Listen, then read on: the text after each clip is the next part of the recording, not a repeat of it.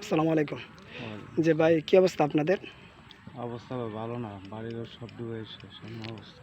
পরিবারে কতজন সদস্য আপনাদের? আমরা পরিবারে আছি ৩ জন। আপনি কি বড় সবার নাকি? আমরা ভিন্ন, এমনকি আমার পরিবার ৩ জন আছে, আমার ছেলে একটা, আমার ওয়াইফ আর আমি। ও যাক। তো কি মনে করতেছেন যে কতদিন পর্যন্ত পানি ছিল? পানি প্রায় ৬-৭ দিন ছিল। তো এখন কি যে বাড়িঘরের সংস্কার কাজ নাকি? সংস্কারের কাজ বলতে ভাই যে পরিস্থিতি হয়েছে, মনে হয় না ২-৪-৫ ভরে দাঁড়াতে পারবো, বলি এমন অবস্থা। যাক, আমরা দোয়া করি ইনশাল্লাহ, আমরা চেষ্টা করব।